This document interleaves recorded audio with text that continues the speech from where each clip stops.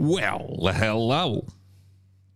How's everybody doing this fine afternoon? Whoa. Fine afternoon. Where's this playing? Get out of here. Get out of here, doubles. We don't need to hear double, Paul. Hell yeah, who is this? What do you mean, who is this? Who the fuck do you think this is? Huh? Santa Claus?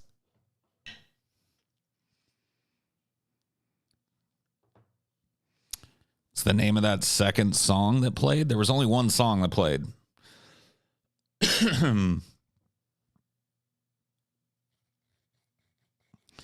Yeah, there's only one song that played. It's called Dope Smoking Hippie.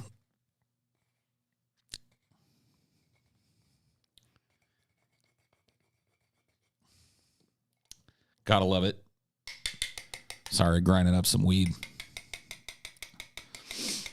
All settled in. I mean, you know, I still need to figure out what I'm gonna do with this room. I keep trying to like reimagine ways of putting it in here, but this is really the only way it's gonna work. So I don't know what I'm gonna do with this room. It does not. It is just a bad room. Ceilings are way too high. It's just a bad room. But whatever. Ideal will come someday. Dude, since I know TJ's probably not going to watch it, dude, you guys got to see this sweatshirt. This is a Taylor original here. Well, I guess Taylor and Paul collab because I wrote the thing, but I don't know if you guys can see it from there. You probably can't. But it says, did TJ shit his britches? And then obviously 51% and clearly 50%. I mean, we've made some pretty awesome fucking t-shirts and stuff in the past, but this takes the taco here. This 100% takes the taco. It proves. You can wear proof that TJ did indeed shit his britches. I mean, you could do backyard streams. Can you tell where you live from a small backyard? No. I don't really care about that. I don't do backyard streams because I'm way more cognizant than I used to be of the fact that like neighbors probably don't want to hear me talking my weird shit 24/7, 365. I mean, it's never really caused me a problem before. And I definitely used to live way closer to people and do outside streams. Like when I was in that fucking, I don't know why you guys didn't tell me some shit when I was living in that apartment complex. I'm just out on my balcony, you know, talking the weirdest shit you've ever heard.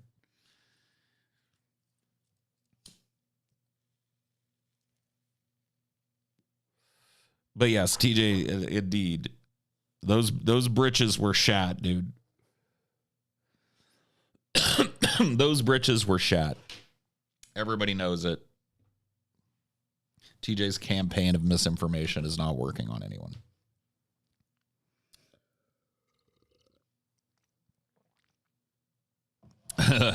Yeah. Yeah, I mean, the birds and stuff.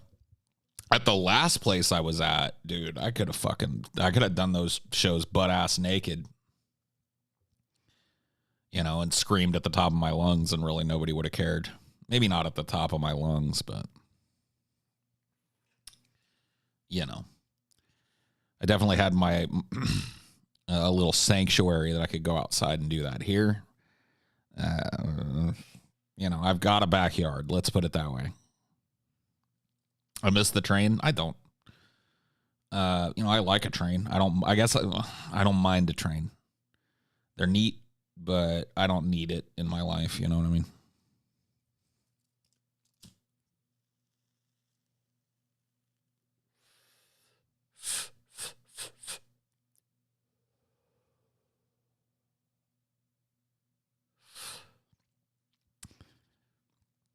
I just quit my job. I missed the free time. Yeah. How free is free time, though, when you don't have any money? You know, you could call it free time, but you're free to sit and do not a whole lot. You still in California? No. I'm on the moon. I'm on the moon. It's a moon base over here on the dark side. You plebs don't get to know about it, but trust me, it's not as nice as you think it is. Trust me. Thought I was on Mars. I mean, you bought that? What an idiot. You bought that shit? Mars. Give me a break. Like I could afford Mars. I got nowhere near enough guap to go to Mars.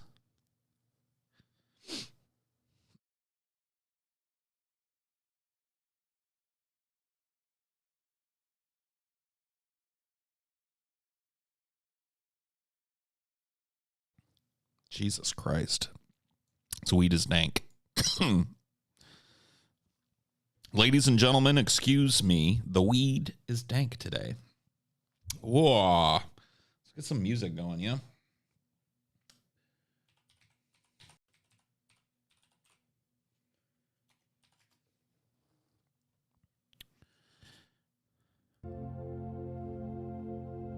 Get the old space ambient going on, dude.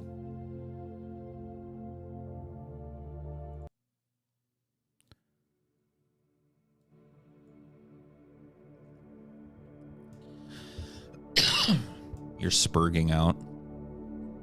Whatever. I didn't notice. Maybe I'm spurging out too. Come with us, Paul. We can worship Daddy Elon's meat scepter on our Mars base. According to him, we're going to try and eat him. He was like, the first people that go to Mars probably cannibalize themselves. What if you just made your small corner green wallpaper and then just put whatever you want back there? Yeah, I mean, I have these nice backdrops and stuff. They just look weird hung up back here. I have to like smooth it out over that corner so it doesn't look so harsh. You know, so it gives it kind of a sweeping look, and then it looks kind of neat, but it's hard to hang that way. And then I don't know what I'm going to do on top of that. I actually had this idea last night that I thought would be cool. What if I got one of those big ass blackboards? Like a big one. Like one of those industrial, like corporate meeting room type of fucking blackboard things. And then I created this crazy like design. You know what I mean? Where fucking like yarn. You know what I mean? Like when you see in the movies when somebody's gone crazy, where they're like, you know, there's like an article and then it's got yarn that points to like a printout or whatever. And then it's got yarn that points to a picture of a nondescript looking dude. And then there's different colors of yarn and it becomes this insane, like, you know what I mean? I thought that would be kind of cool to make. Like, I think I would have a fun time, like making that. Yeah, like the conspiracy theory board, you know what I mean? And then every once in a while when I got, you know, tired of it, I could just redo it. You know, I could fucking put some new stuff up. Yeah, the Beautiful Mind board. What was that other movie? It's in Dark City too. Remember in Dark City he goes and visits that old cop who's figured out that like the whatever they're called in there, they're changing things at night. He's got all these fucking newspaper clippings with yarn. What would the subject of the board be? Well, that's kind of the point of making one of those boards, is that it's going to be more like a collage, like a piece of collage art, right? Because there's really going to be no discernible subject to it. It's supposed to just look like mind puke, you know? Yeah, we could put TJ's poopy britches up there. Like a big picture of it with the duty stain in it. Point the yarn to it.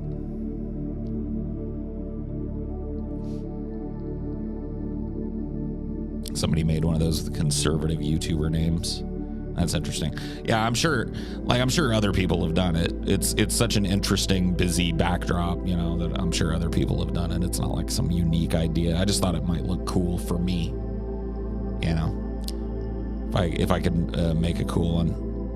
Otherwise, hanging up a backdrop and then putting up some art over the backdrop is probably what I'll end up doing with this. I'm also going to try and figure out a way to get this camera at a different angle.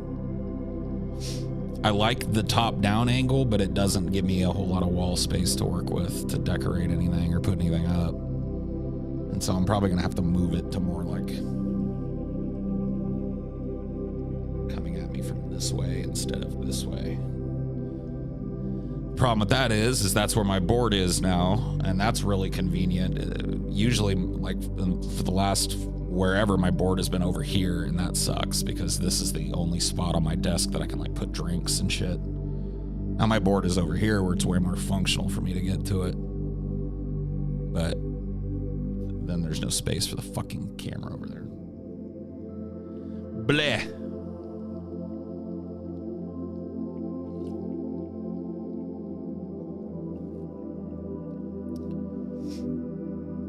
Yeah, this chair is huge. And that's something that I just gotta, deal with.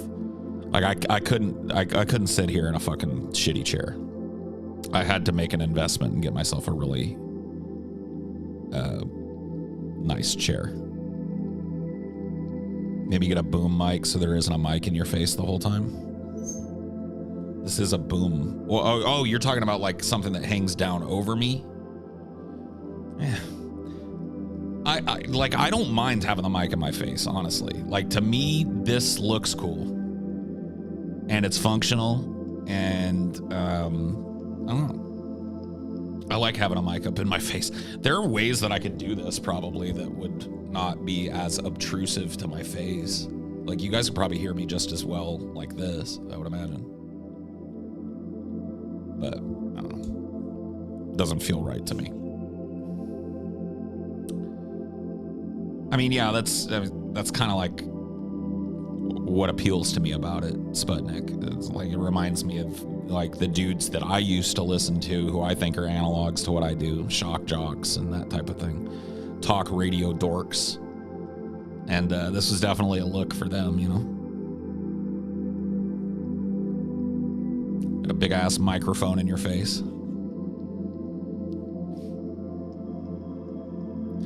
But yeah, I don't know, man.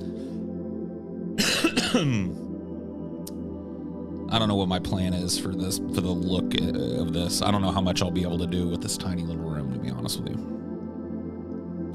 Lighting this room is hard because it's got like these obscenely high ceilings for no reason. It's one of those houses that, like, instead of having an attic, let's give everybody like 8-foot ceilings in their room. I bet it's like 9-foot ceilings in here. It's ridiculous. It's a tiny little closet of a room that's bigger this way than it is this way.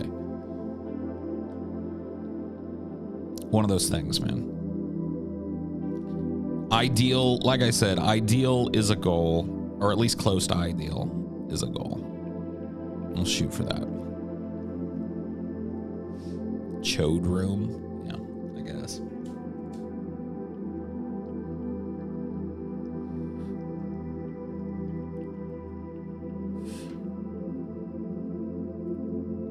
Are you high-palling me, Ricky Games? What do you want?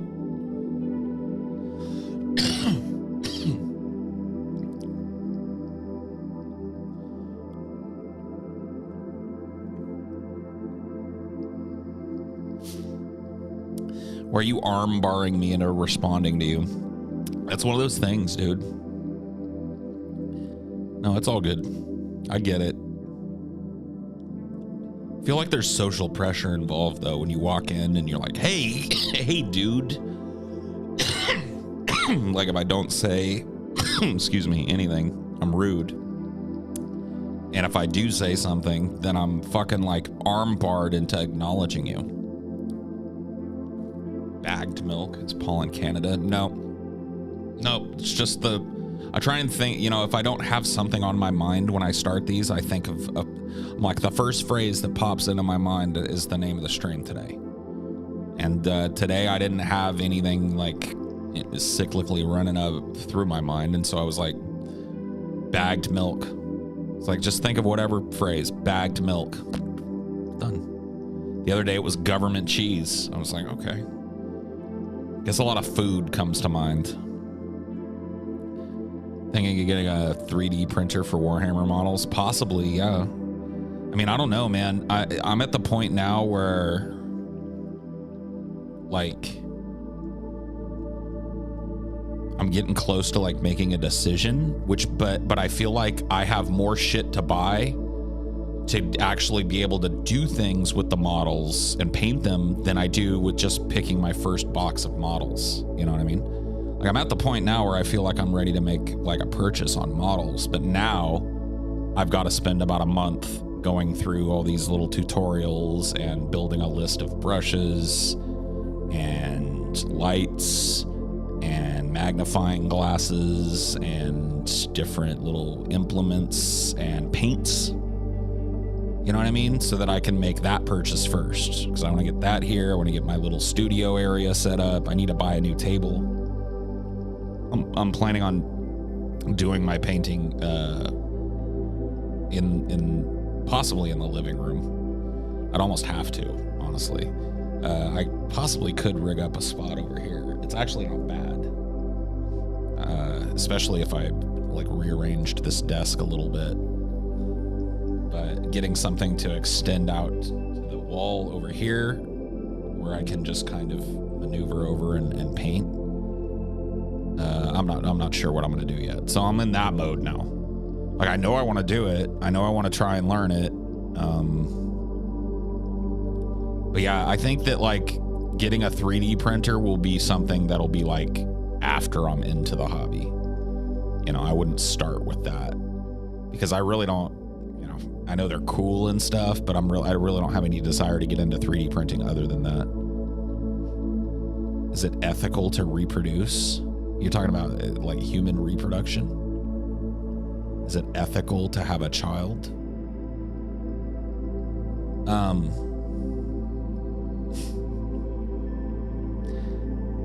You know, I got to give you props for this.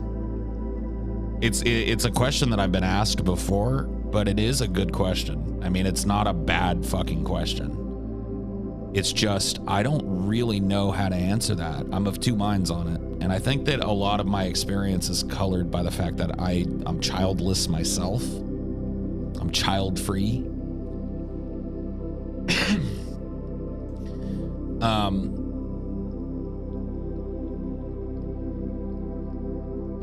I don't know, man.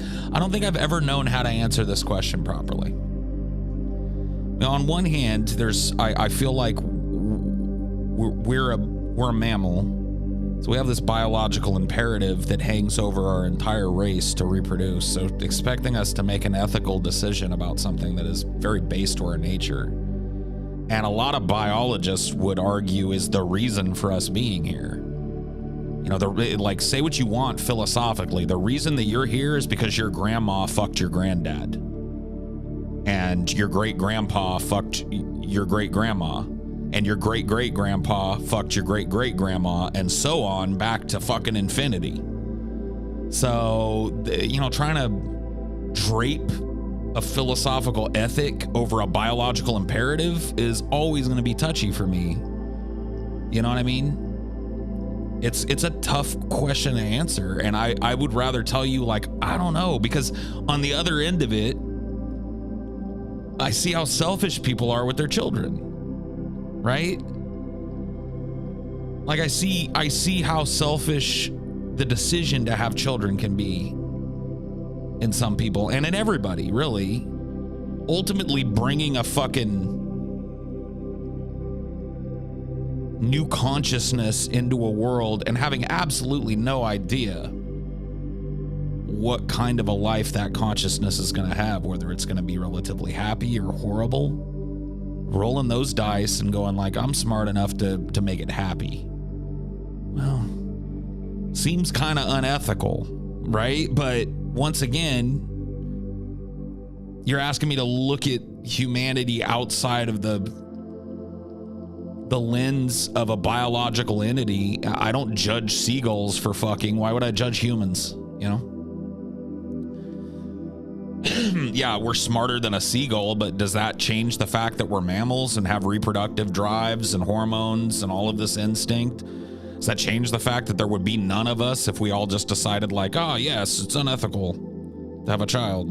I mean, I'm not saying that it would be necessarily bad that there were none of us. I'm just saying that the proof to me is in the pudding. To have a child is to condemn them to death. Well, sure, yeah. No, absolutely, I understand. Trust me. That's why I struggle with this. But the proof is in the pudding when it comes to humanity. Like, whether I consider it to be personally ethical or not doesn't really matter. And I can't even really give you an answer on that, man. I really can't.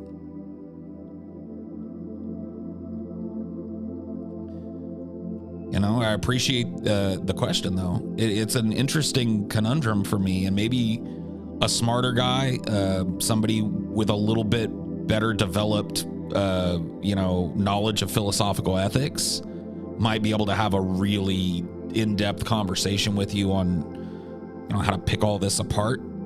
But I'm not that guy. I'm sorry. It is something that I've thought about, obviously. You said humanity. All right, not cynic. You're on fucking notice, bro.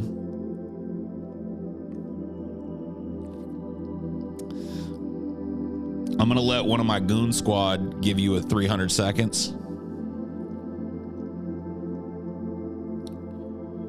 And then when you come back, I'm hoping you get your fucking head on straight.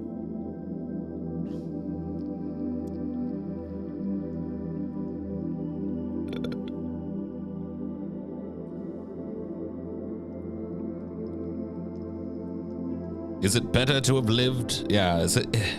So, Shakespeare famously says, "'Tis better to have loved and lost than never to have loved at all." And there's a lot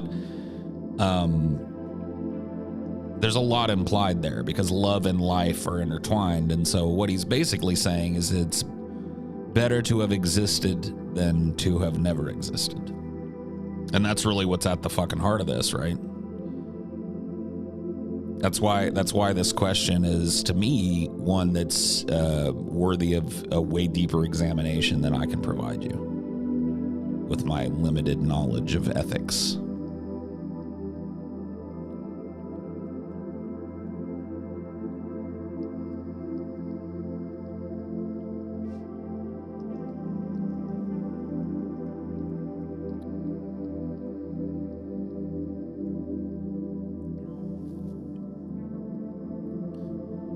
Or he could be saying it's better to not exist at all than to exist without being loved. Sure. You're actually right about that. That is another angle that you could look at it. I do think that the simplified version of that is that it's better, it's better to exist and chance a love than to not exist. All the people that never existed don't seem to mind. Right. Well, that's, that's one of the arguments you can make for it.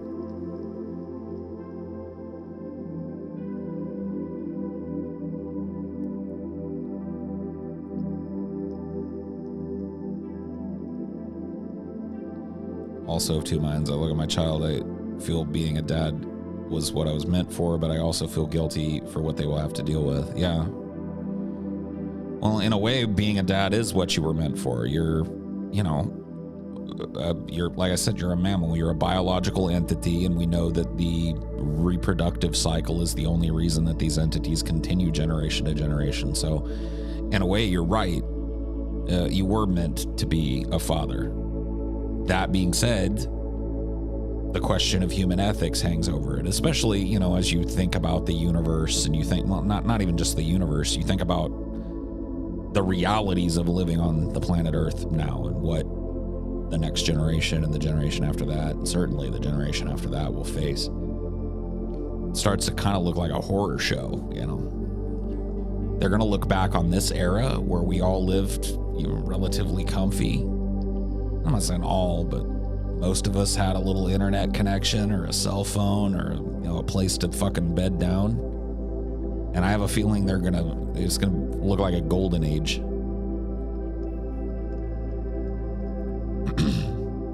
What if euthanasia were as convenient as fast food? We talked about this, and I don't mean to fucking steer you away from it, but we actually talked in depth in the last one of these I did about euthanasia.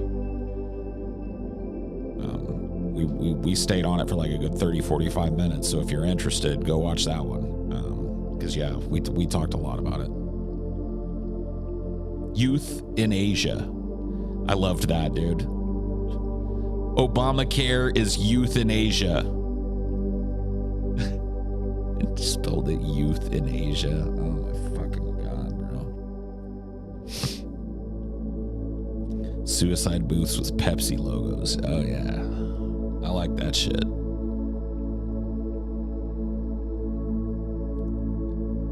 Dying can't be that bad. No one's come back to complain. I guess you're right. Except Jeebus, right? Jeebus done come back.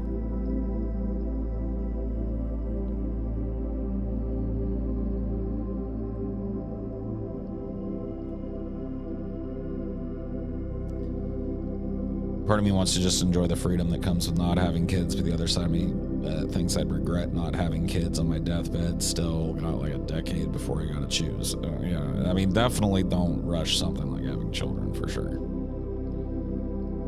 But, you know, there's positive angles to both. I don't think you can take away anything from both of those things. Like, I've seen parents, I've seen how bedraggled and tired they are, but I've also seen them be proud of their progeny. You know, show up and in support of their children, and you know, I've seen that kind of love and stuff, and I understand that like that is something that is exclusive to a parent. That being said, like, I mean, fucking A, dude, there is a lot to be said for being an adult that's decided like I'm not gonna go down that road. Especially in a capitalist like nation, you know, you get to be a little more selfish with your money.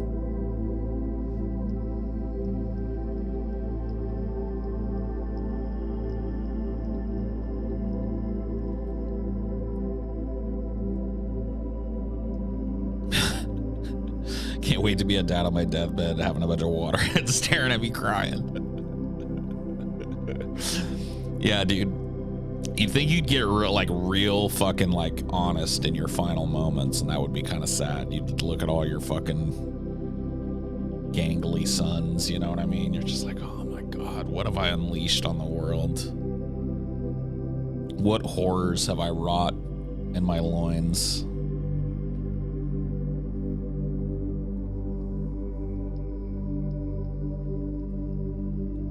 You think a good onion ring is superior to a good French fry?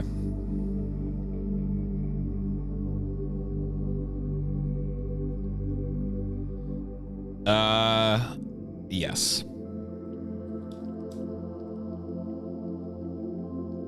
A good onion ring, though, is also way more like complicated and rare than a good French fry. It's easier to get a good French fry. So oftentimes it's a better idea to go for the French fry.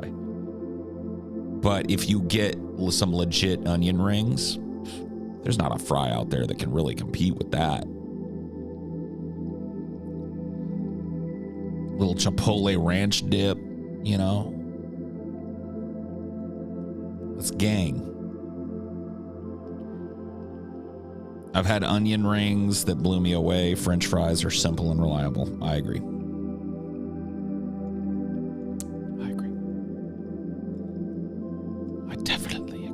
What's for dinner tonight? Dude, I don't even know what's for lunch today, bro. I haven't eaten yet today. So I'll have to decide after this what I want to consume.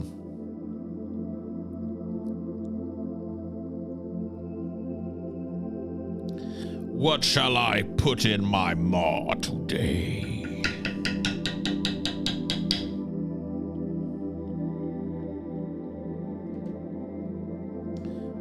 What shall I fire down my gullet this after?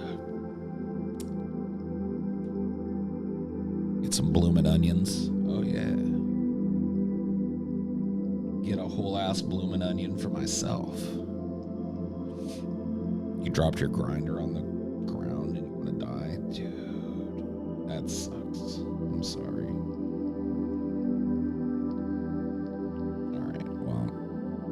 This bowl's for you, then. Do a turkey club. Yeah, Sammy does sound kind of good. I could do that. I could do a Sammy, maybe. I don't know. We'll see. The wonders of the universe. And oh my God, an onion ring. Yeah, dude. What if you found a big, giant, golden, beautiful, perfect onion ring that was continuously rotating around a star so that it always stayed warm and perfect? And in the vacuum of space, it never got soggy.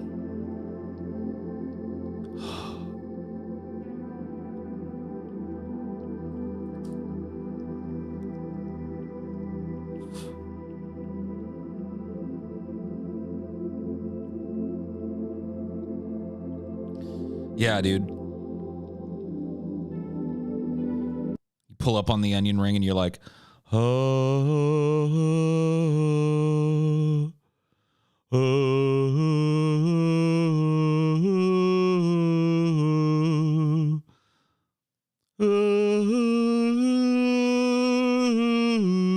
Fucking the big giant jugs of ranch come out of the big fucking colony ship. Oh my God, dude. That would be fucking amazing.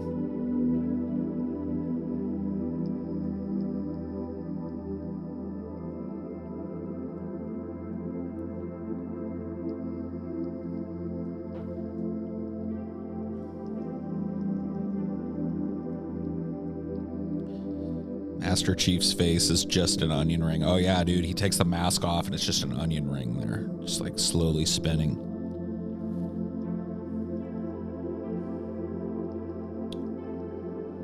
See, now we're on the same wavelength, I think. Now we're all thinking the same shit. We're on the same fucking boat. We're sailing into the wind together.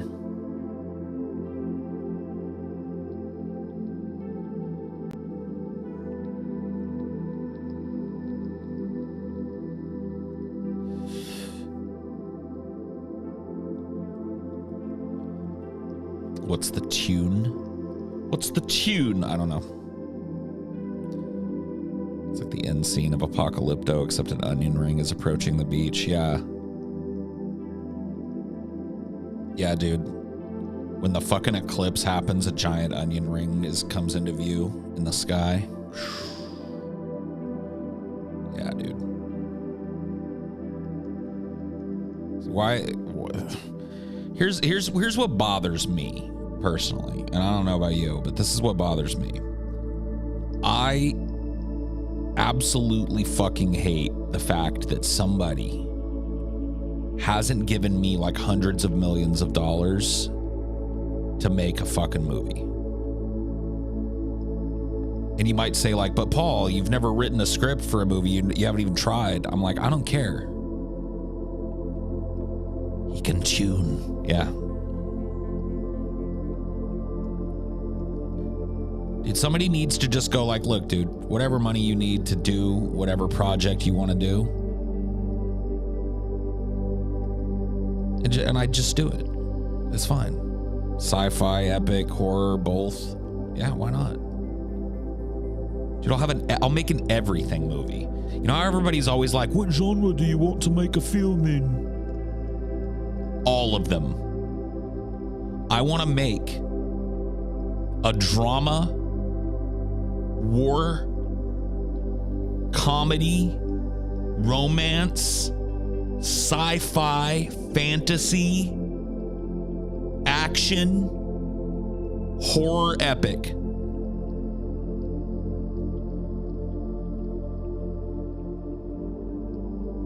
Omni-genre. That's what they're going to call it after my movie.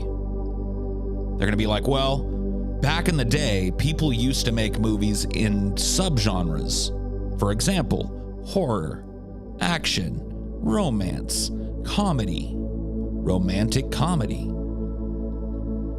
But it was the genius of one man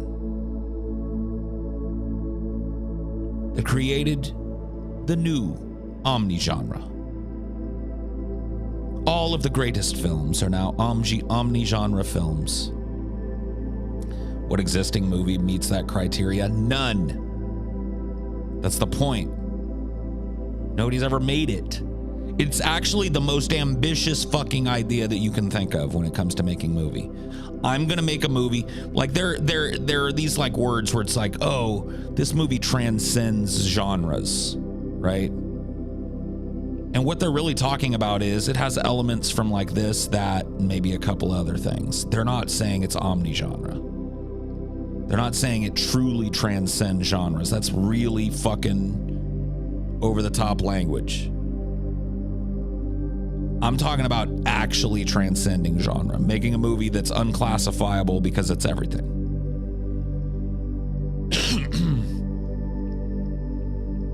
It would need to be multiple parts for a story that big. No, 90 minutes. 90 minutes. Fuck that. I'm not making people's asses sore. I'm not making people waste their time in the goddamn fucking theater for 4 hours. I want those motherfuckers in, out, and talking about it in 90 minutes. One part.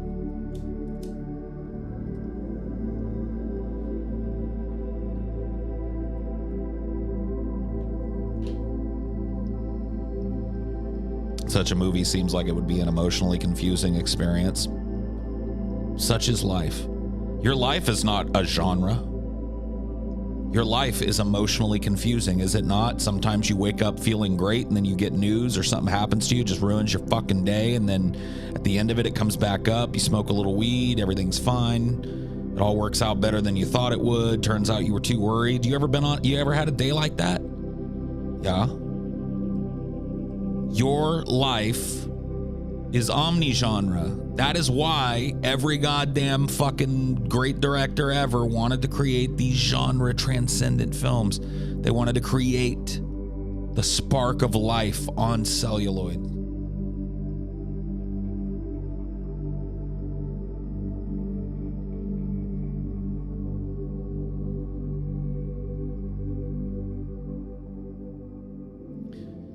Used to think your life was a tragedy. Now you see the funny side. Yeah, dude, I saw Joker as well.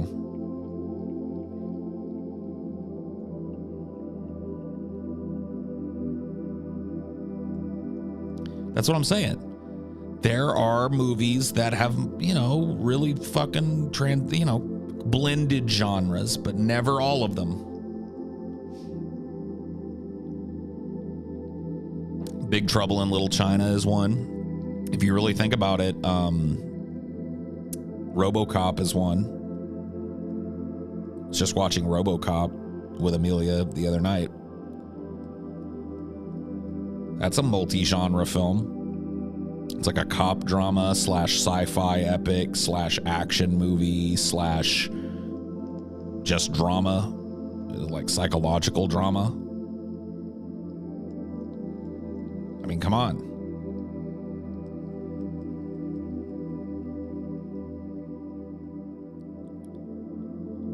Jason, you need to take your meds, Jason.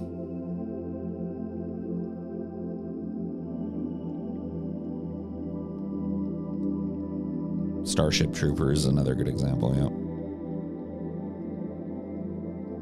yeah. Yeah, RoboCop is a Western, yeah. I mean, all action movies are kind of Westerns. Like Westerns and war movies have informed pretty much everything about action movies since forever. It's really the blending of those two genres that created the modern action genre.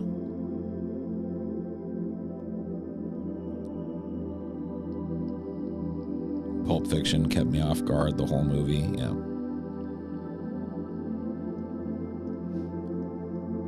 Why does TJ hate war movies? I mean, trying to be charitable to TJ, I would say that it's because he's a fucking idiot. No, I'm kidding. No. Like, honestly, trying to take a charitable look at what TJ's told me, I guess he doesn't like, he feels that like they're predictable, I guess. He feels like the setting is kind of like constraining from what he's talked to me about. Like, it's like you kind of have to have certain tropes in every war movie, and he kind of hates, the whole, he just doesn't like the way they're put together. I don't agree, but, that doesn't matter either. It's totally subjective. So yeah, I mean, I like war movies, so it's pretty easy for me to like, I don't know.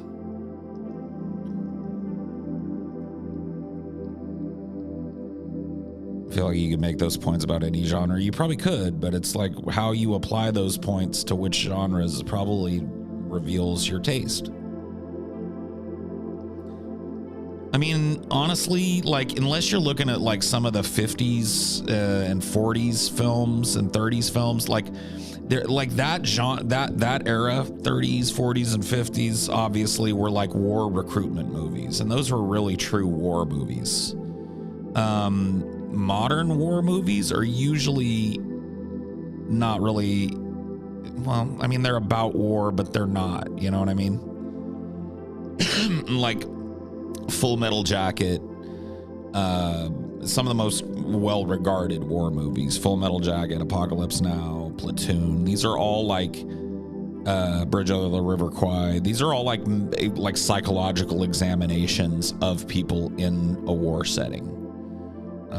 You know, you see people slowly but surely be consumed in one way or another by the violence. And so it's like a backdrop to a human narrative. And that's really how war movies are. That's why I find them so interesting. I wouldn't, like, there are very few war movies that I find interesting that are all about, like, and then fucking Captain Shits-a-lot or whatever the fuck moved his tanks in, and then they blew up the enemy, and then the fucking planes came in, or whatever the fuck.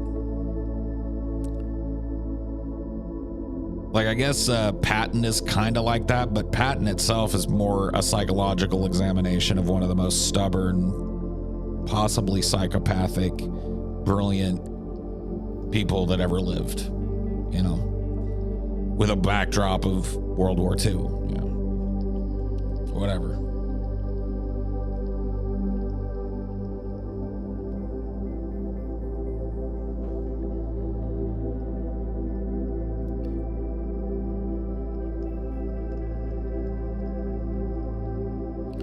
I mean, there's a lot of, like, you know, tactical stuff and a lot of war scenes in Patton, but at the heart of that movie, the reason I love that movie is the fantastic George C. Scott portrayal of Patton. And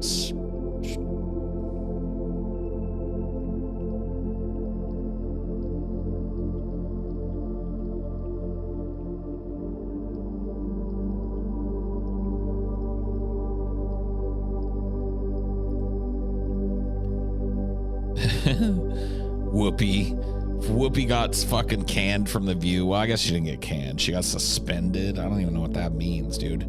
Just gonna be like, Whoopi's not here. And then there's gonna be like a welcome back Whoopi to her. They're just monetizing the fucking tragedy or whatever. They probably talked to Whoopi about this. They're like, look, Whoop, we're gonna, like, the face of it is gonna be like, oh, we're suspending Whoopi, all right? But really what we're gonna do is drum up the controversy. And then when you come back, we're gonna milk the titty. And in the meantime, you just go on a fucking week or two vacation. How's that sound? On us. She was probably like, fucking sold. Whoopee cushion.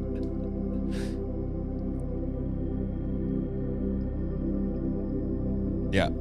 Oh yeah, dude, I guarantee you Whoopi is not getting paid for those appearances. Her ass is getting paid. She just suspended. Like, you can't come to work. Think about that. Think about if you got in trouble at work, right? And they were like, you're fucking suspended. You know what that means for 99.9% of people? You're not making any money for the next month or two or whatever it is. You're fucking like, ouch. Dude, not Whoopi. Whoopi's ass is getting paid what she's getting paid. Trust me. There ain't gonna be no goddamn fucking ifs, ands, nor buts about that shit. Whoopi's ass is getting paid for every one of them appearances, so she don't give a fuck. She'll probably come back and say some more crazy shit about the Holocaust and get another vacation. She'll come back and say some stupid shit during her apology. She'll be like, look, I just wanted to apologize to all the Jews out there and to everybody, really. When I really mischaracterized the Holocaust as not having a racial driver behind it. And that was really irresponsible of me. And, sometimes things don't come out, and I'm not making excuses. Sometimes things don't come out the way that you mean them to. And in this case, I've had a long 2-3 weeks here on suspension to think about it. And what I was trying to say was that Hitler himself, he did nothing wrong personally. And everybody's like,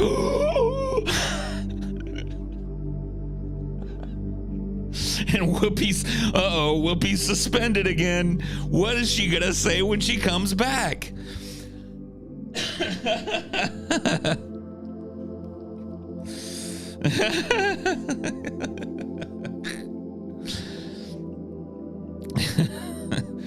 That would be a smart thing for The View to do.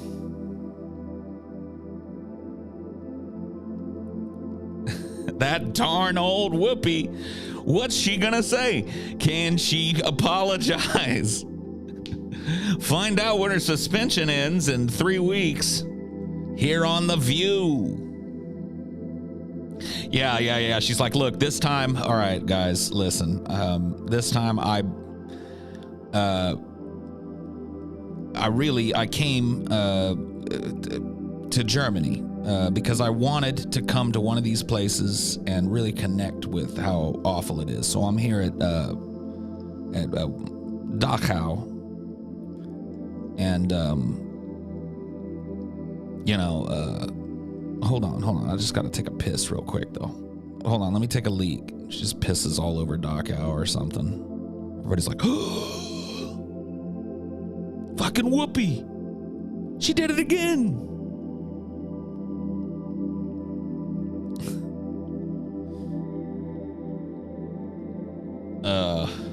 The apology tour, dude. Yeah. See, that's the funny thing. If I ever said some shit and was about to get canceled, I would do that exact thing. I'm just letting you guys know. I'm letting you know my fucking plan if I ever get canceled for something that I say in the future or something that I've said in the past. Like if the cancel squad comes for me at some point, I'm gonna make a very heartfelt looking apology, which is actually spattered with tons and tons of really, really offensive shit. I'm gonna make the apology like infinitely, subtly, but infinitely more upsetting and offensive than the thing that I said, whatever I get canceled for ever was. That's my plan. That's like what we call the quadruple down. You know what I mean? Because if that doesn't work, if that blows up in your face, you're in trouble. But it could in fact restart the whole cancel continuum. It could be a reboot moment for the cancel continuum, dude. Can you do it in such a way that they couldn't tell? I would do my goddamn fucking best. I would definitely make it ambiguous enough that people would wonder, That's the point. You take the controversy and you spin even more controversy out of it. That's the idea.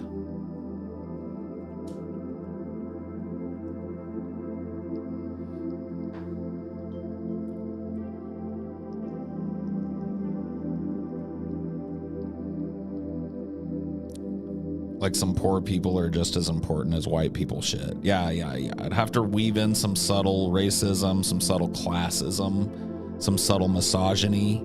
I'd have to just make like a sprinkling though of all of that. Just a sprinkle. It's like, you don't want to fucking throw in a fistful of salt.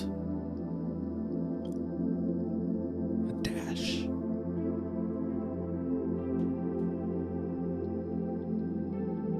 Take the first letter of every sentence I say and have it spell out something horrible.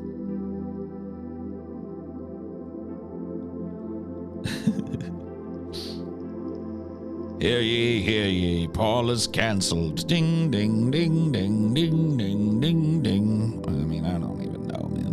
It was one of those things. I mean, to a certain extent, like, I'm not saying I'm uncancelable. Like, people could probably get me shut down or banned from YouTube or whatever the fuck if they wanted, if they cared enough to do it. But I really don't care. To me, it would be, you know, amusing at worst.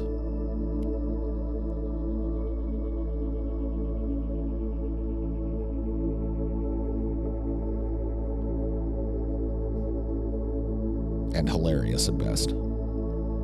George Costanza, you reprobate. You degenerate. Go back to, you know what? Don't you have reruns that you're supposed to be in right now? Like, you're forever trapped in the hell of the Seinfeld universe. You have reruns to attend to, George. How's TJ doing? Is he sick as a dog? He's, you know, sleeping a lot. He's resting at home and stuff. I think he's fine. He's just, you know, COVID sucks.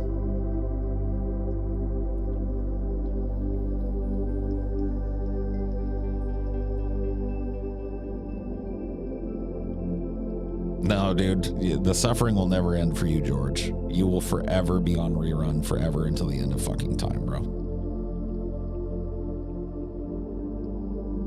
I mean, who knows, dude? At this point, everybody that you bump into is fucking crawling with it at this point. Like, there's, get boosted, get your shots, wear your masks if the mandates are in effect and shit, but otherwise just kind of expect to get it. You gotten COVID yet? I don't know. There's not a test that will tell you that you've had COVID. You have to have active COVID to pop positive on a test. Maybe there are tests that they can do, but they're not available to me. So it's like, you know, when this whole shit started, I deal with almost constant, like, post-nasal drip, allergies, which lead to sinus infections, which lead sometimes to upper respiratory shit. And so they're, you know, knowing that for some people it comes and goes like a little cold, they're probably like 15 times since COVID, you know, the outbreak started, that I could have had COVID. I never got sick to the point where I felt like it was getting out of control, never needed to go to the hospital or the doctor for it, because it just felt like pretty usual shit that I deal with.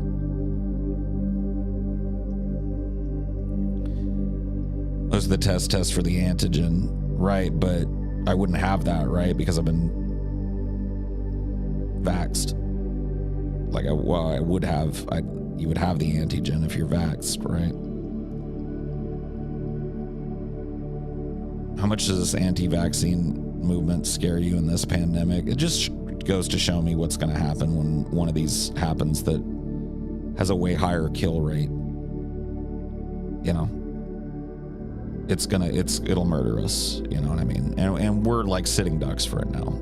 The world has become so interconnected, so much trade and commerce and travel between places now that, like, it's like COVID and all of these other fucking respiratory viruses and shit should have been a wake-up call for people. SARS and all of that shit. Like, these were our, like, little knock, knock, knock. Eventually something really worse is coming. And here's your chance to, like, change the way that you're doing things. Here's a chance to kind of, like, prepare your society for this. And nobody took it serious. So what we're looking at now is, like, there are just people out there that refuse to comply. Well, those people are going to be fucking typhoid Marys when something even more deadly comes along. There already were in this case. Their obstinance and their refusal to fucking stay at home, and their refusal to wear the masks, and their refusal to do this and that, and their insistence on getting together at these big family get-togethers and weddings and barbecues and shit. That shit happened all over the country. You know it did too. You probably knew people locally who were treating it that way. You know what I mean?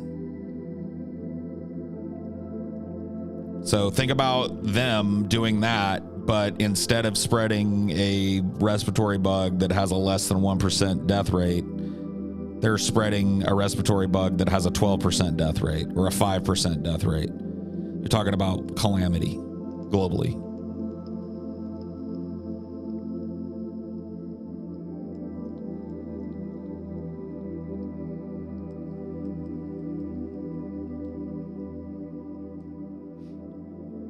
And that's all there is to it, dude. One of these things comes along and it shows you how desensitized people are to death numbers too. Like, this is the most deadly outbreak of a virus in American history. More people have died of COVID than died of fucking scarlet fever, yellow fever. If you look at any one of those pandemics or localized fucking outbreaks, COVID drowns it. So what's going to happen when something comes along that's horribly virulent? Well, these people will spread it around like a fucking wildfire, and people that try to be careful won't be able to get away from it, and that'll be that.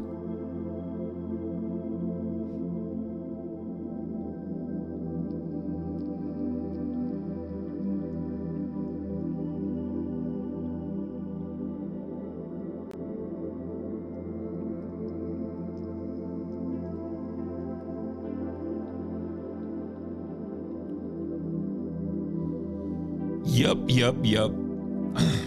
I'll be right back.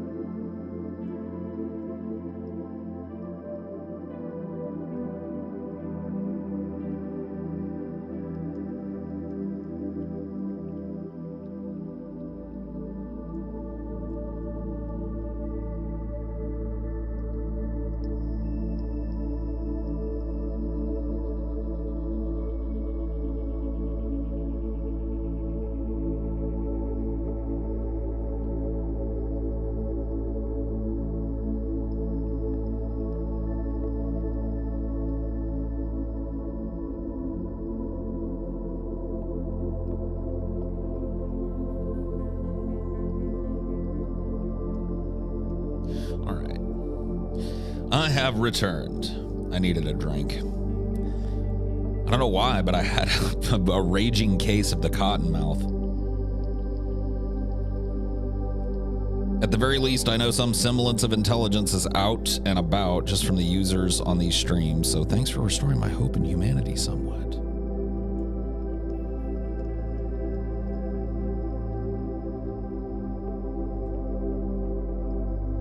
Okay, buddy. You're welcome. I don't believe Vax does much. I know people who had it and still caught COVID.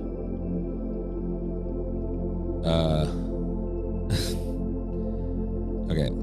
You know what, dude? I'm not gonna get into it with you because I looked. I should have looked at your new username before. You're one of the strange trolls that I let hang around. Like I let you kind of like flap in the breeze. But yeah, you're trying to get me to like fucking endlessly explain vaccines in a layman fucking set of terminologies. Yeah, it's just bait. That's a bait. That's my own opinion. All right, well, your opinion is stupid, but I guess you're entitled to it.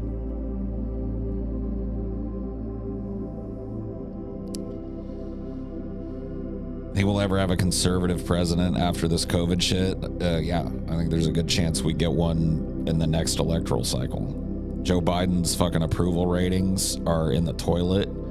There was a recent poll that came out that said that something like 51% of Americans and 49% of Democrats at large question if he's like mentally competent enough to be president. Did you guys see that? He was asked about it. He was like, I have no idea. They was like, the dude asked him, he's like, with all due respect, why do you think people would think that? And he said, I have no idea.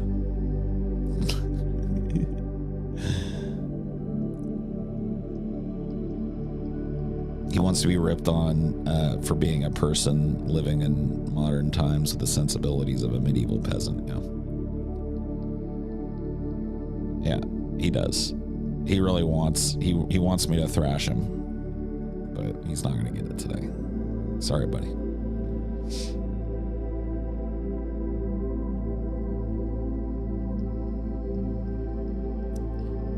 Maybe Biden is a secret genius and is intentionally handling the next election to his friends who are Republicans. Yeah. I don't really think there's a whole lot of maybe about that. I mean, he's part of this cyclical fucking shit. He knows the game, even if the people that vote for him don't.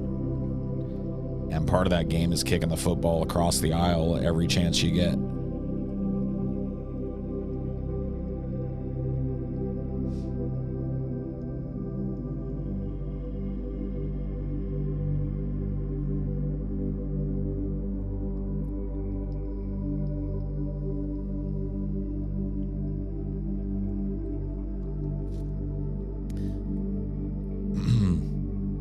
Some QAnon people now think Biden's in league with Trump. Yeah, because he did basically nothing. Even the Trump people are going like, wait a minute, maybe Biden ain't so bad. He's basically Trump. Like, can't argue with that.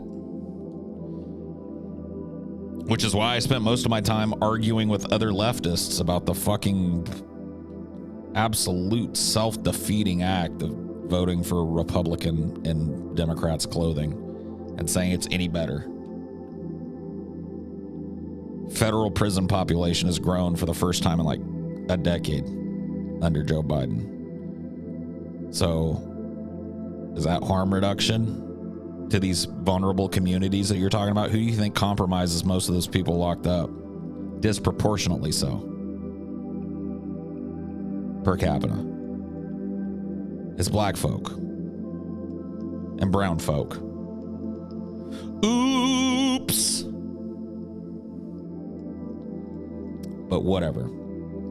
The do not come moment, dude, if that sounds like something that would have came straight out of a fucking Republican. And Kamala Harris and Joe Biden would have ripped on the Republican for it. That was just absolutely mask off. Do not come. Do not come. And then that juxtaposed, of course, with her like famous shit she said on the campaign trail. Can't remember who was interviewing her, but it was a one-on-one interview with somebody. And she was talking about, you have a mother who pays a coyote what amounts to a year's worth of wages to take them on a dangerous journey just for the chance to come here. And you want to turn them away. I think that's inhumane. And it's just like, you fucking mask. You fucking, ugh. People keep on falling for it too. Ugh.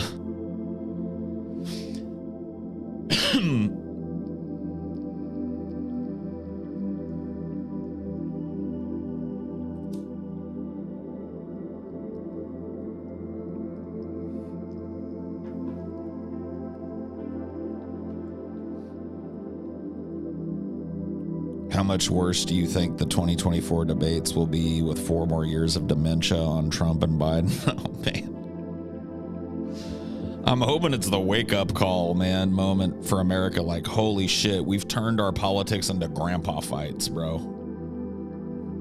Our politics is like 2 old men that live too close to each other, yelling at each other from their porches and waving their canes at each other now. It's gotten fucking absurd, but it's gonna be crazy, dude. Say what you want about it. This next electoral cycle, kicking off this year, by the way, because the midterms are really going to be like, that's when the horses are going to come out the gates. You're going to start getting people declaring. You're going to start getting these challengers and these fucking ideas being thrown around about replacing Biden. Biden might even announce he's stepping down.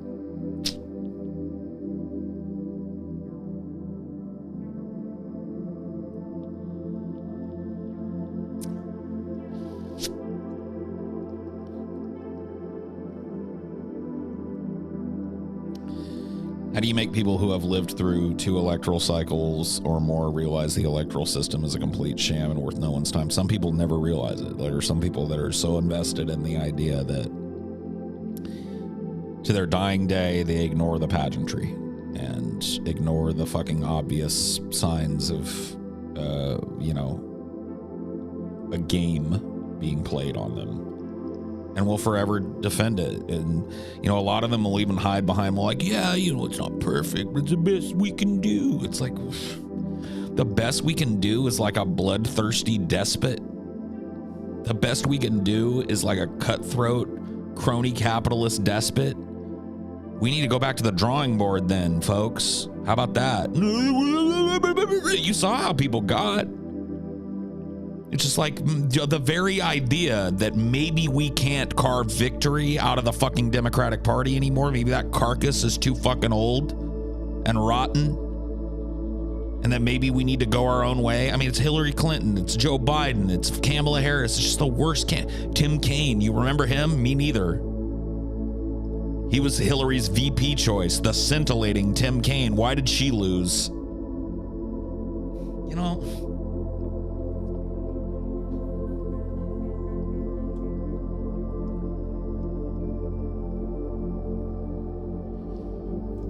Oh yeah, let's not even talk about the fucking Democratic stable the last time around. I mean, what a bunch of fucking wackadoos.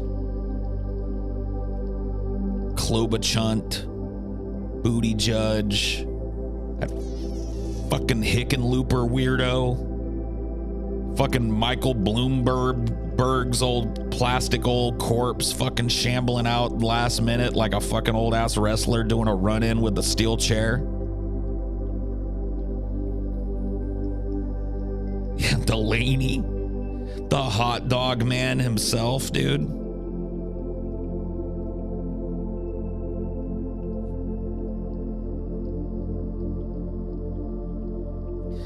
No matter what he wears, I always see him in one of those fucking hot dog mascot outfits, man, with a little strip of mustard down his chest. I can't see him any other way.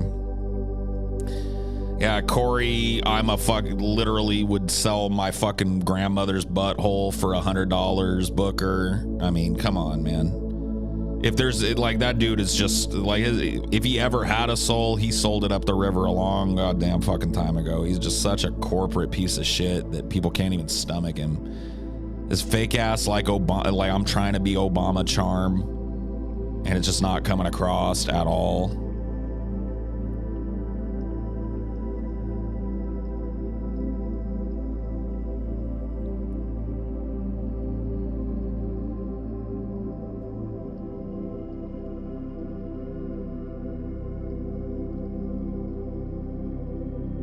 Paul, I think Hickenlooper did some pretty cool things for worker co-ops recently. So did Gillibrand. Hey, good for them, buddy. We're talking about running for the presidency. And neither one of those people fucking showed up at all. How can you have a debate with 12 people on the stage? You can't. That's the point. And it's going to be that. You think it's not going to be that again? Dude, the Republican stage is going to be possibly even more crowded. Everybody is going to be trying to take shots at Trump.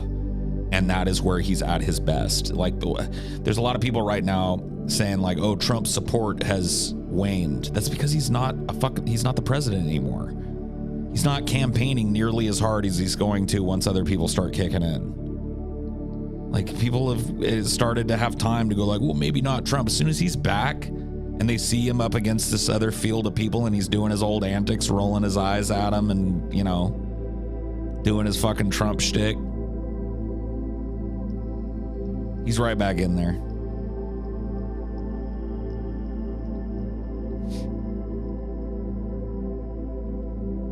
Yeah, I do. Oh, yeah, dude. I think that there will be a number of challengers in the primaries. There's this whole, like, old school RNC faction because the RNC didn't like Trump. He didn't toe the line with them. And so there's this old school faction of people. That's the same people that tried to pull support from Trump and pull the rug on him, but he won anyway. Remember when that happened? The 2016 election? They dropped the grabber by the pussy tape and thought that was gonna like just destroy Trump, and a bunch of these like old Republican guard were like, I can no longer support Mr. Trump. And he won anyway. Yeah, it's all bullshit, dude. It's just the old guard trying to like wrest back a little power from, you know, the new wing of the Republican Party, the new tact. And it's not gonna work. They're going to put a bunch of stuffed suits up there. Nobody's going to be able to get riled up behind them. Trump's going to hold these giant rallies again, and it's going to be over. You know. But yes, I do think that there will be a bunch of people.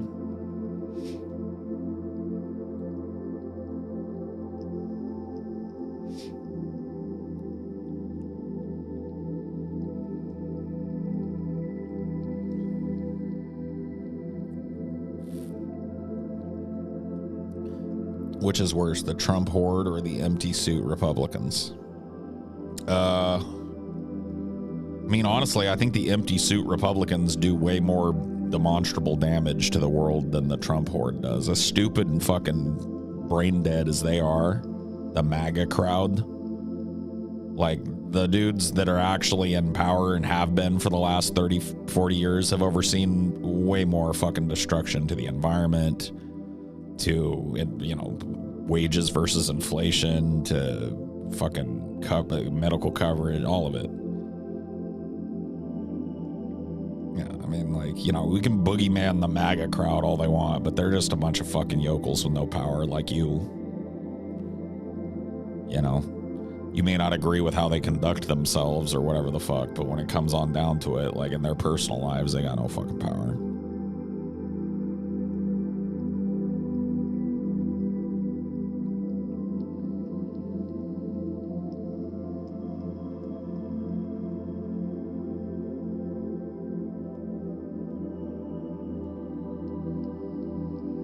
Chomsky had said that Trump's worse than Hitler due to his climate change policies. I mean, whatever. Noam Chomsky once again falling into the let's compare everybody against Hitler meme. Like there have been at least probably 1,000 Hitlers in human history at least. Some of them modern, some of them ancient. All of them fucking cruel and horrible, and to invoke them in every fucking conversation ad nauseum forever. Compare everybody to them. It's Godwin's law, dude. There's a reason there's a fucking joke law that became truth. And I just don't care what anybody has to say about anybody compared to Hitler anymore. Like that, I'm just so bored of it, man. I'm so bored of the fucking Hitler comparisons and the Hitler this and the you're basically Hitler shit. Just like, man, you can just... There are just people that think they can swing on the fucking past forever and ever and ever and ever and ever and lean on that as some kind of fucking argument for the future. And to a certain extent, I understand learning from the fucking past, but it's like invoking fucking Hitler in every discussion. Come on.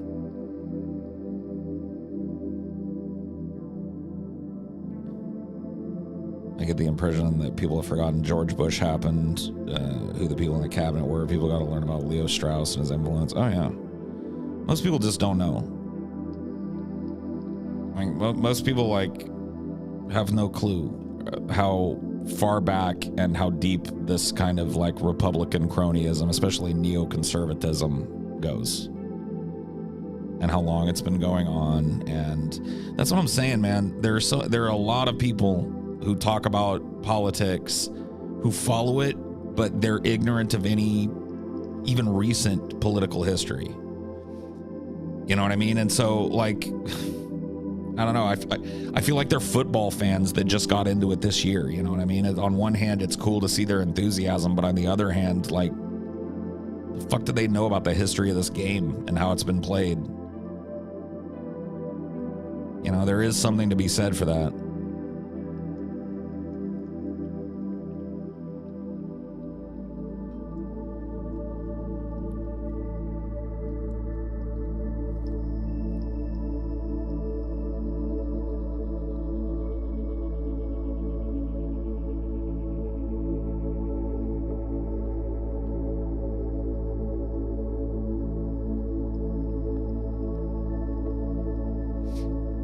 They're rooting for the Cowboys and everyone's shaking their head in embarrassment. Yeah. Yeah, pretty much. That's pretty much how it goes.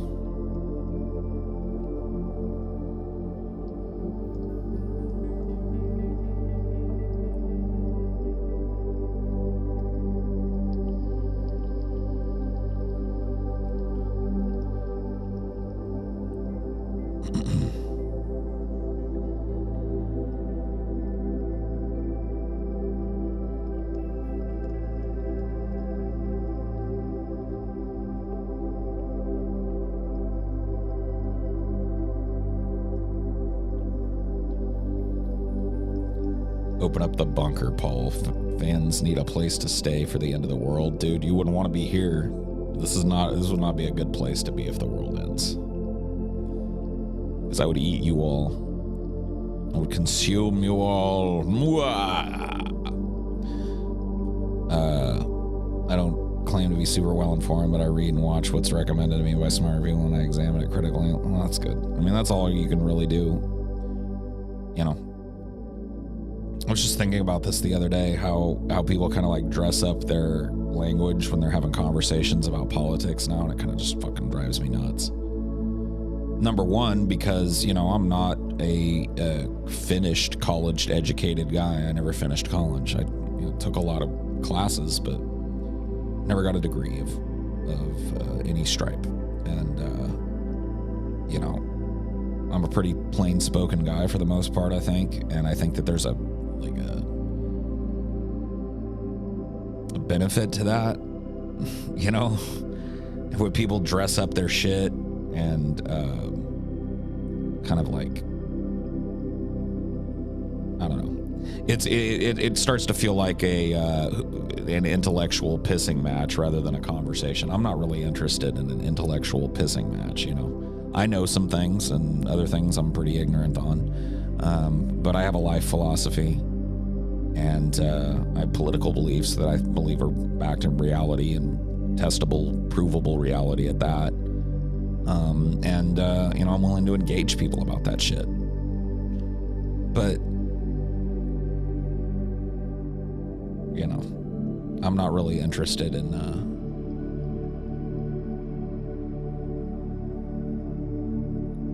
No, I'm not even really talking about that. It's one thing. Like, there are people that have a very natural kind of like, I don't know, and they have a very natural way of talking at a very high level. There are people that work very hard to integrate, you know, these kind of obscure terms into their daily stuff, and you know there are various reasons that people do that. I'm fine with that. I'm talking about just kind of like how people lean on it nowadays more than let it be a normal part, because I think it obfuscates a lot of reality. I think the deeper and more pungent the language becomes, the more ripe with portent the language becomes, the less useful it is in a conversation.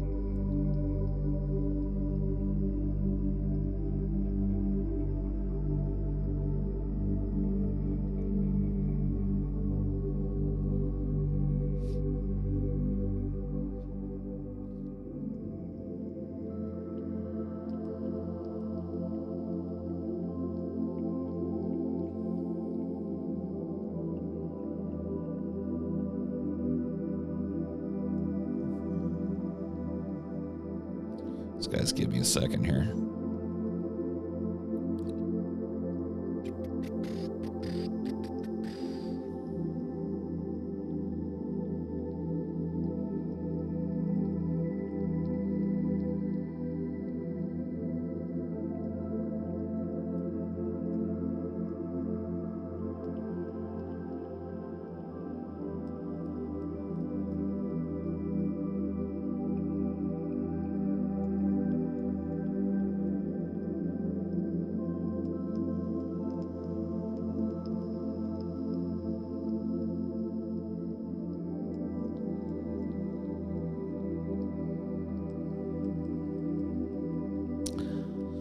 Boom, shakalaka.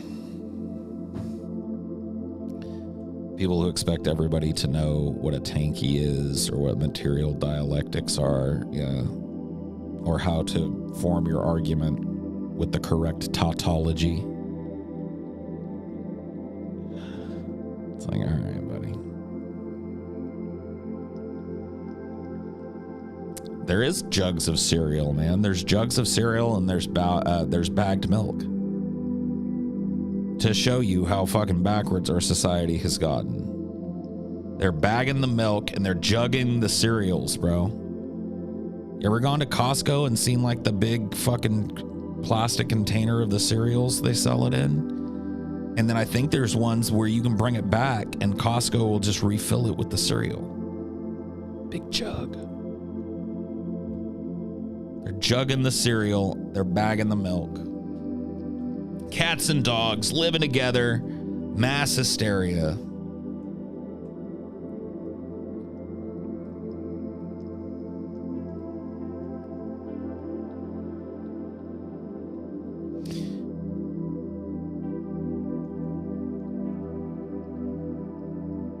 You know what? I got this really like relaxing, weird game a while back. And it has a pretty neat soundtrack to it too. Maybe I'll play a little of that for a while. Let's put it up on the screen here.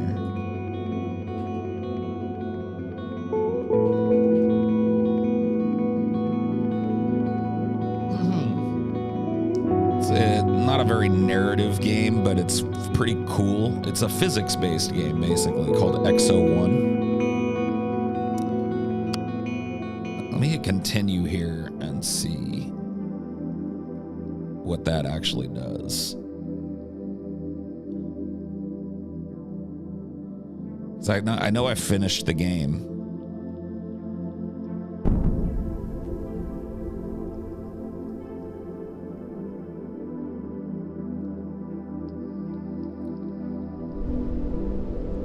See what's going on here, but yeah, no, this game is super dope. You basically play this probe that has, and I'll have to remember how to play because it's been a minute since I played it. Yeah, okay, so that's the gravity and that's the glide. Okay, so basically you manipulate gravity. So I can make gravity, you see that? I can make gravity super intense for a second. And then use it as you know, I fucked it up there, but you see how you can use it as like a ramp. So like on the other end of this, if I hit the gravity, I get a boost from it. You see that? If I do it again here, manage to get a boost from it, You can only glide for so long. So you've got to, like, refill your energy. So there are ways around that. If I could find a way to get really high here, I don't know if it's possible. Get really high. Maybe it will be. If I go way up here, those clouds will provide energy for me. Like those clouds will provide like almost infinite energy and actually help me go higher on the planet here as well. As you can see. Kind of use the energy in those clouds. Can also do this like dive, which allows me to get this real boost of speed. Very nice.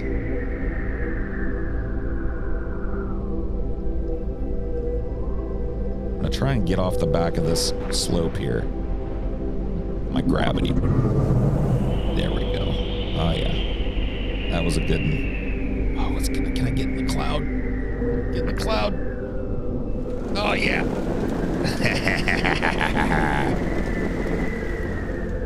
Can you eventually leave the planet? Yeah, you go to different planets. Like the goals, you can see them off in the distance there.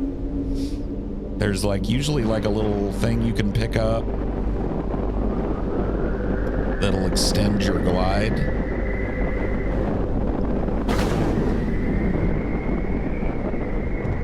That little flash of Jupiter there is a narrative thing. This probe is made to like look for people that went missing, I guess, when they went to go to Jupiter for a mission. Like I said, the narrative of this game is kind of nebulous, but the gameplay is very cool. Calming. But look at that down there. I gotta go through that, whatever the fuck that is.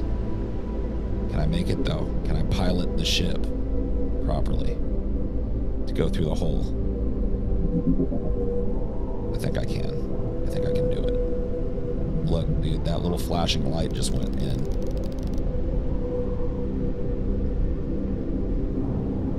Can I go in the hole? Yes. Yes.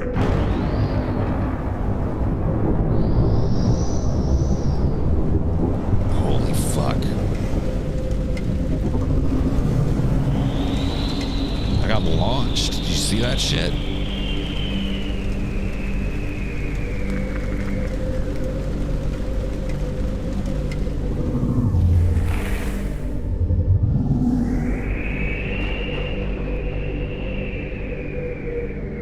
Yeah, dude, I'm round as a ball. I never even really thought about that. Maybe that's why I like this game so much. I finally get to be a ball. What is this? Smokestack over here. I go inside.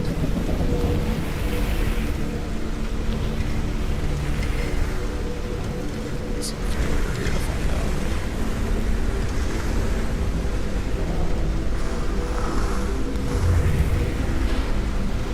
That didn't work out the way I thought it would. Let's try that again.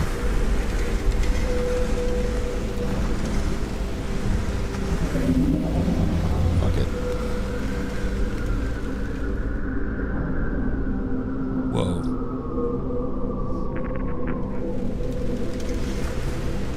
A DFF VR game? That would be neat. I don't know, is the frame rate bad for you guys? It looks pretty smooth for me playing, but I don't know how it's streaming. Is it like pretty choppy? Pretty low frames?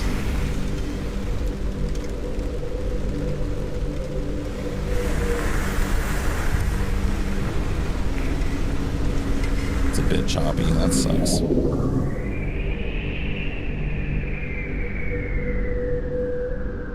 FPS is good. Thanks, troll. 30-ish, yeah.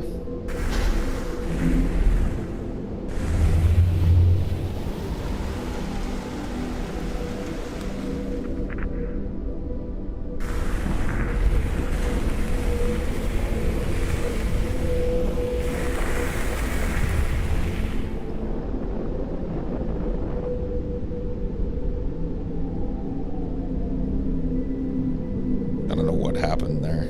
I just got lifted straight up into the fucking sky.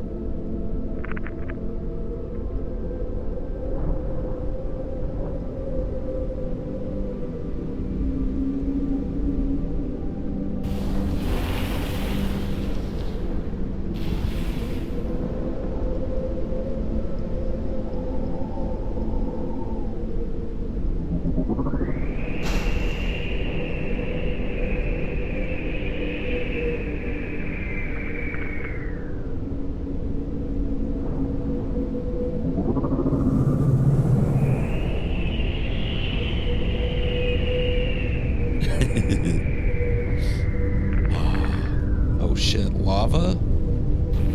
I think I can handle lava though. Do I get extra energy on the lava? I guess so.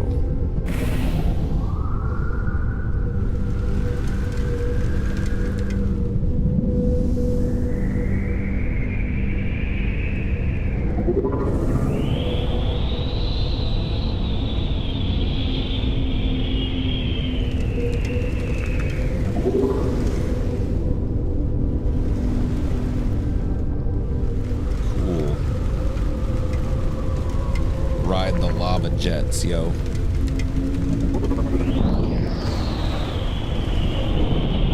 Kind of hit the ground a little hard there.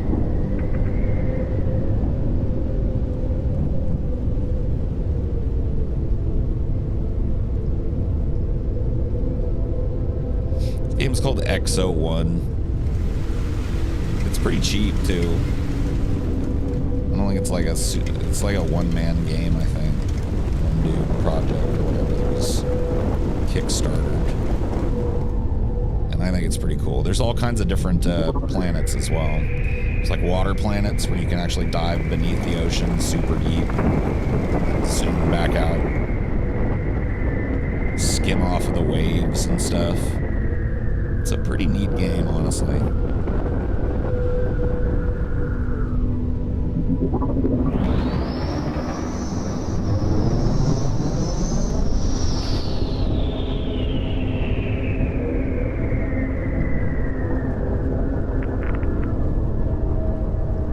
Big-ass volcano right there. And I go up in it. I want to go in the volcano. Oh shit. I'm in the volcano. Cool. Oh yeah, this is the way out. Nice. To the next planet.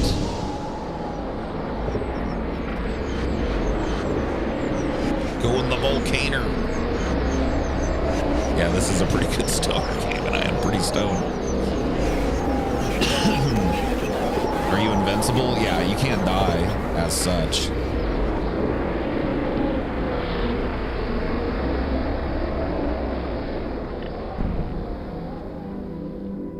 Oh shit. Where's the ball going now? This looks like an icy planet, maybe? Oh, hell no. This looks like an ocean planet.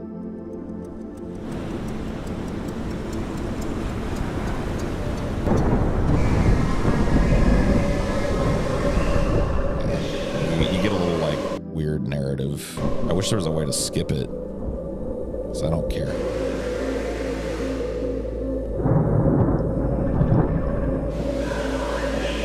Picked a good one to do. You're just like chilling around, dropping acid. You're like, I'm gonna go watch a Paul stream.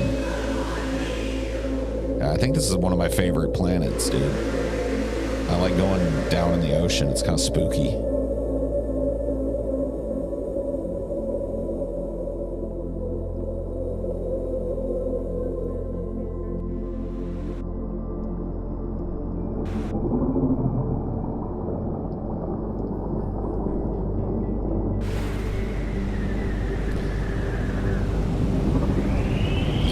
Skip off the water surface, which is neat. Oh shit, there's explosions going on. Nice.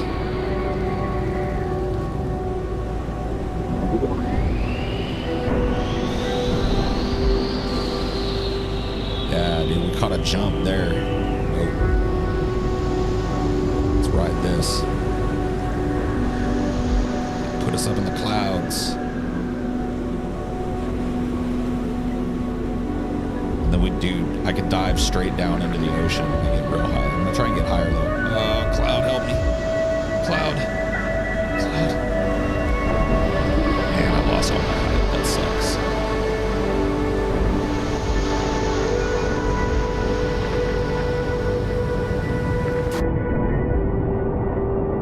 I want to like go super high up and then dive super far down.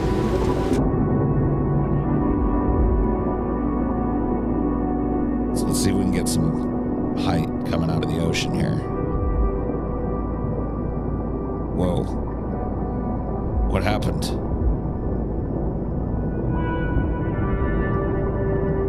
Can you go to the depths of the ocean? You can, but can't really see much. I think with like a bigger budget, there could be like more fully fledged planets. Probably, I imagine.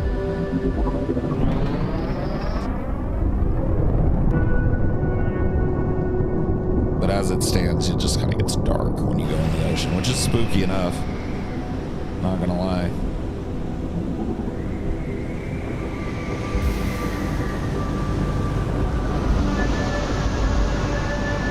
Let's get some height here off of these explosions. I'm gonna try and get up in the clouds so I can use those. There we go. Cloud skipping a little bit.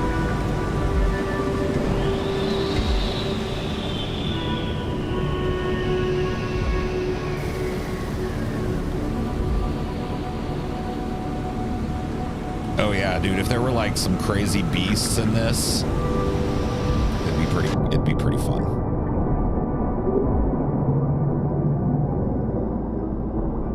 Oh shit, there is an ocean floor. No, get me out.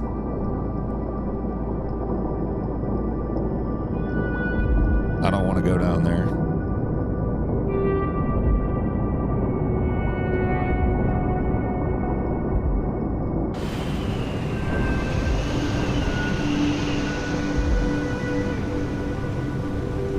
Use this cloud.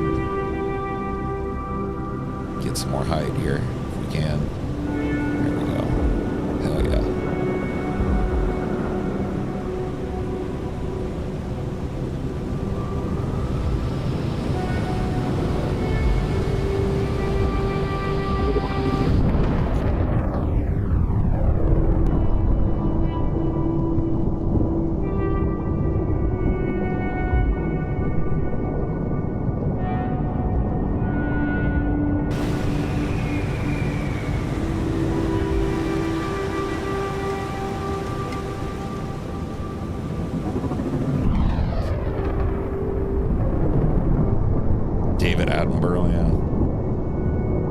On this planet, the ecosystem is incredibly complex. For we not only have to survive the turmoil of the tumultuous sea, but the constant barrage of meteors from above. The animals that live on this planet must surely be hardy indeed.